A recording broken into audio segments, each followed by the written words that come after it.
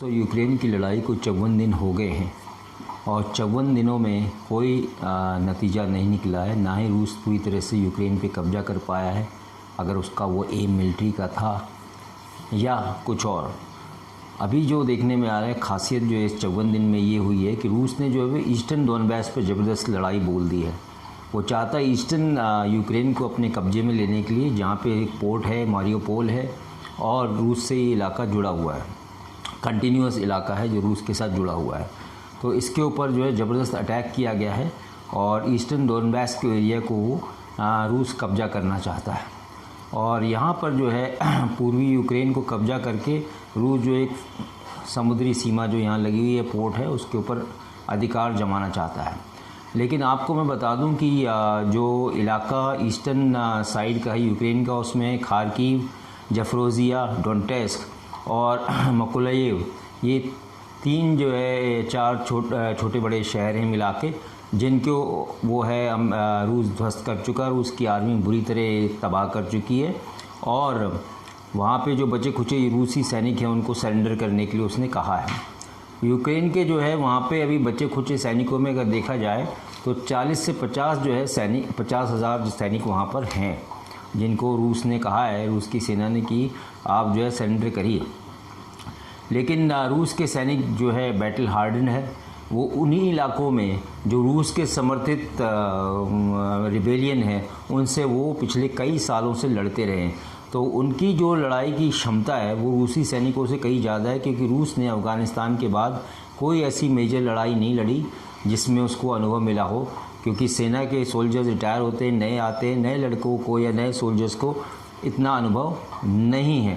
तो ये देखा जा रहा है कि यूक्रेन डटा हुआ है, उसमें हिम्मत है और उसके सोल्जर्स कह रहे हैं कि हम अंतिम राउंड, अंतिम सांस तक लड़ेंगे। और देखना है कि रूस क्या करता है। और मारियोपोल तो तकरीबन जो है रूस ने उसके ऊपर कब्जा कर ही लिया है। उसमें जो भी बचे खुचे सिविलियन, उनके लिए अभी रास्ता नहीं खोला है कि वो निकल जाएं वहाँ से। और जो भी सैनिक मारियोपोल में हैं बचे हुए यूक्रेन के, उनको ऑलरेडी अल्टीमेटम दिया हुआ है रूस ने कि आप सरेंडर कर दें, नहीं तो आपको ख़त्म कर दिया जाएगा।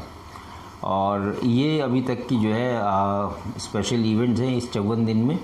और हो सकता है कि यूक्रेन के ऊपर दबाव पुतिन बनाए कि कीव को और हम कंट्रोल करें, लेकिन ये हो नहीं पाया है।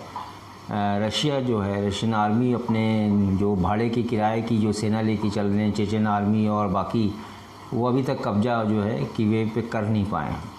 वो ये इसलिए भी है कि यूक्रेन के सैनिक लड़ाकू हैं, उनमें लड़ने की क्षमता ज़्यादा है और उन्होंने जो आतंकवादी टाइप के जो सैनिक हैं, ये किराए के मर्सनरी चेचन लड़ाके, उनको भी धूल चटा दी है।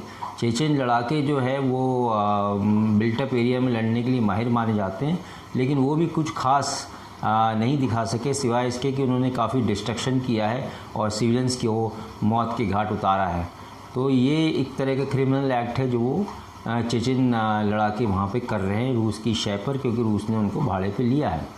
रूस का ये सोचना था शुरू में कि भाड़े के सैनिक ही जो है इस लड़ाई को निपटा देंगे, ख़त्म कर देंगे, लेकिन आपको पता है रूस एक स्थिति में पहुंच गया है जिसको कैच 22 कहते हैं, ना खाया जा सकेगा ना निगला जा सकेगा।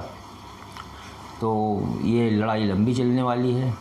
अगर इससे निकलना चाहता है रूस तो पुतिन कोई डिसीजन लेगा, बातचीत करेगा जेलेंस्की के साथ, नहीं तो दोनों लड़ते रहेंगे और यूरोप और अमेरिकन कंट्रीज़ जो है इसको लड़ाई को तमाशे की तरह देखते रहेंगे और अपने फ़ायदे के लिए इसका इस्तेमाल करते रहेंगे।